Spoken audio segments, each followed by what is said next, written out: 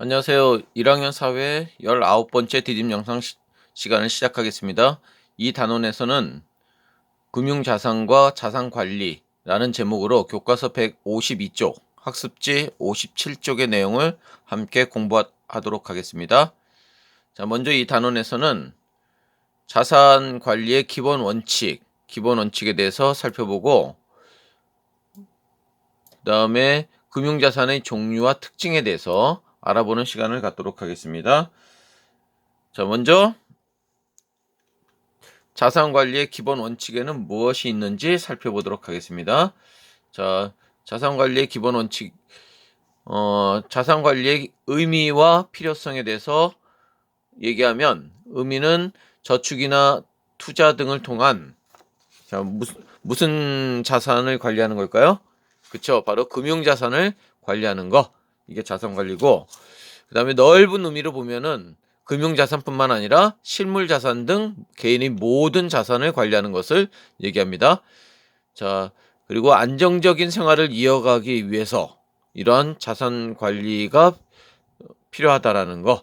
그 다음에 모의 증가에 따른 노후 생활 대비라고 얘기할 수 있을까요?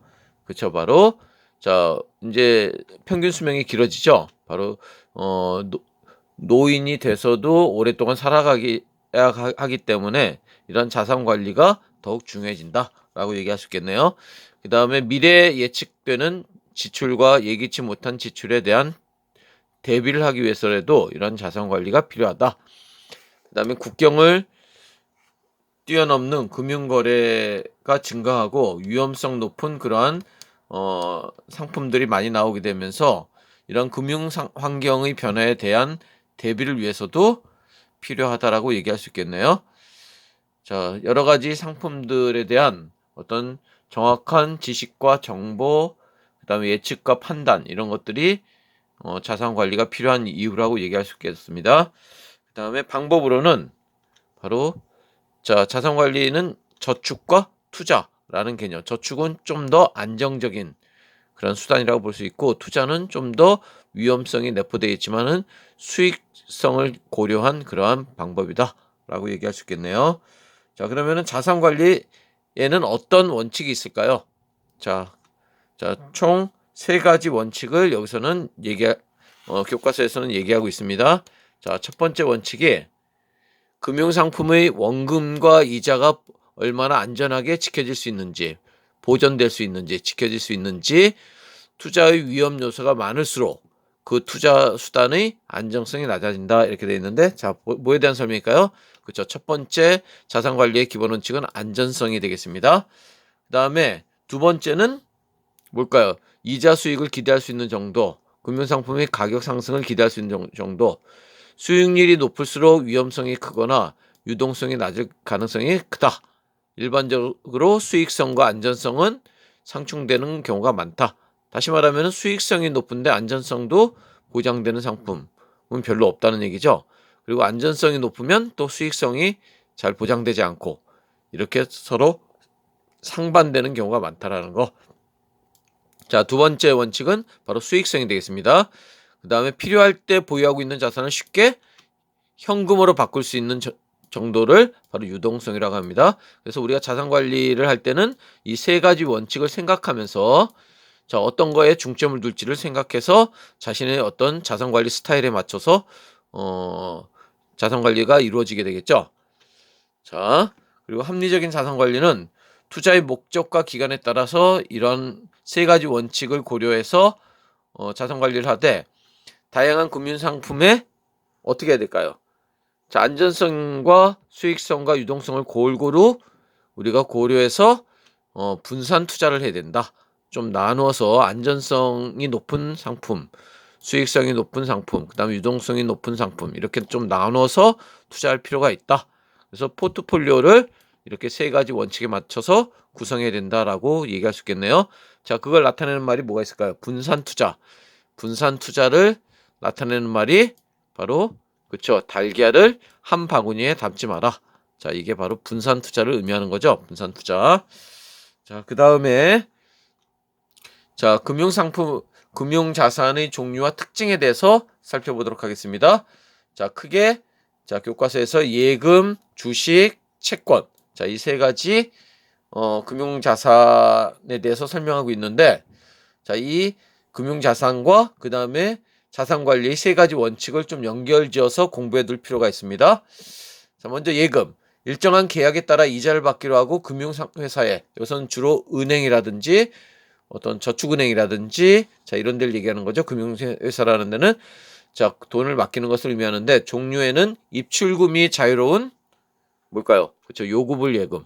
이거는 보통 부모님들이 그 월급 통장으로 쓰는 걸 얘기합니다. 그 다음에 이자 수입을 목적으로 하는 저축성 예금. 자, 이렇게 두 가지로 구분하고, 자, 이 예금은 어떤 특징이 있을까요? 그쵸? 안정성은 높고, 그 다음에 예금은 해약하면 바로 현금으로 바꿀 수가 있겠죠. 그래서 유동성은 높지만 뭐가 낮다고 얘기할 수 있을까요? 그쵸? 수익성은 낮다라고 얘기할 수 있겠네요. 그 다음에 주식은 기업이 사업 자금 조달을 위해 발행하는 것으로 자금을 투자한 사람에게 그 대가로 회사 소유권 일부를 준다는 증표다. 그래서 주식에 이러한 어떤 주식을 갖게 된다는 것은 어떤 회사의 어떤 일정 부분 주식을 보유한 만큼의 어떤 주인으로서의 어떤 그런 결정에 참여할 수 있는 그런 권리가 생긴다는 걸 의미하는 거죠. 자, 그 회의를 뭐라고 할까요?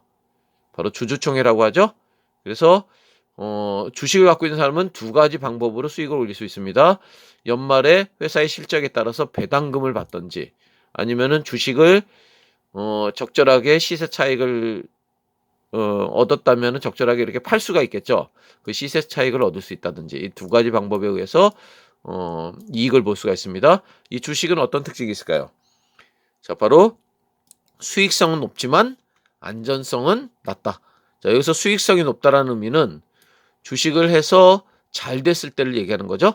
잘 된다면은 수익성은 높지만은 또 못 된다면 뭐라고 얘기할 수 있을까요? 잘못된다면은 안전성은 낮죠. 원금도 까먹을 수 있다. 이 말이 되겠네요. 그 다음에 채권은 국가나 공공기관, 자, 국가나 공공기관이 발행한 채권을 국채 또는 공채라고 얘기합니다. 국공채라고 얘기하죠. 국채, 공채. 그 다음에 금융회사나 기업이 발행한 걸 회사채라고 그러죠. 이런 채권은 미래에 일정한 이자를 지급할 것을 약속하고 돈을 빌린 후 제공하는 증서다. 이 채권이 시장에서 거래가 되는 거죠. 그래서 채권 발행 기관에서 약속한 이자와 시세 차익을 통해서 이 채권을 통한 어떤 수익을 올릴 수 있는데, 자, 이게 중요하죠. 채권은 예금보다는 뭐라고 얘기할 수 있을까요? 예금보다는 안전성은 낮지만 채권도 손해를 볼 수 있습니다. 그런 점에서 안전성은 낮지만은 수익성은 높다. 이렇게 얘기할 수 있습니다. 그 다음에 채권은 주식과 비교해서는 주식보다는 수익성은 낮지만, 자, 그에 비해서 주식에 비해서는 또 안전성은 높다. 이런 특징을 갖고 있습니다. 자, 요 채권의 특징, 요 특징을 좀 잘 알아둘 필요가 있겠네요. 그 다음에 자, 좀 더 알아보기에 예금자 보호 제도라는 것이 있는데, 금융기관이 경영 악화 등으로 예금을 지급할 수 없을 경우 예금보험공사에서 대신 원금과 이자를 합하여 1인당 5천만 원까지 돌려줄 수 있는 제도를 얘기합니다. 그래서 우리나라 은행에 예금을 할 경우에는 5천만 원까지 이러한 제도를 통해서 보장되고 있다. 다시 말하면 5천만 원이 넘어가는 예금에 대해서는 보장되고 있지 않다라고 얘기할 수 있겠네요. 자, 그 다음에 이제 문제를 풀어보도록 하겠습니다. 개념 체크 문제. 자산을 합리적으로 관리하기 위해서는 세 가지가 뭘까요? 그렇죠. 수익성, 안전성, 그 다음에 유동성. 이 세 가지입니다. 그 다음에 여유 자금을 정기예금에 넣는다는 거. 자, 이거는 바로 안전성을 최우선하는 거죠. 그다음 한 가지 자산에 투자하는 것보다 여러 유형의 자산에 분산 투자하면, 자, 달걀은 한 바구니에 넣지 않는다 라는 말이죠. 분산 투자하면 큰 손해를 면할 수 있다. 자산을 현금으로 전환하는데 시간이 오래 걸리면 자산관리 기본 원칙 중 유동성이 낮다라고 얘기하고, 우리가 뭐 부동산이라든지 이런 데 투자하면 유동성이 낮다 이렇게 표현합니다. 그 다음에 넓은 의미의 자산관리는 개인의 모든 재산을 관리하는 것을 말한다. 맞는 얘기죠. 그 다음에 저축성 예금은 자유롭게 입금과 출금을 할 수 있어 필요할 때마다 돈을 찾거나 잊지 않은 용도에 적합하다. 자, 아니죠? 자, 여기는 저축성 예금이 아니라 요구불 예금에 해당되는 거네요. 그다음에 주식은 수익성은 높지만 안전성이 낮은 상품이다. 맞는 얘기입니다. 자, 그다음에 자, 객관식 문제 함께 풀어보도록 하겠습니다. 다음 글에서 추론한 적절한 내용을 보기에서 고르면, 자, 이거는 지금 평균 수명이 이렇게 높아진다라는 얘기가 나와 있고 노년기에 좀 준비를 해야 된다는 그런 얘기가 나와 있네요. 자, 그래서 정답은 뭘까요? 여기서 자, 그쵸? 바로 1번이 되겠습니다. 효율적인 자산 관리 필요성이 높아지고 노후 생활에 대비한 그런 어떤 준비를 해야 된다는 그런 요구가 높아졌다. 정년 연령을 낮추고 청년들의 일자리를 늘려야 한다든지 저축을 많이 해야 한다는 얘기는 여기는 없죠. 자, 그래서 다 정답은 1번. 그 다음에 자 22번 문제.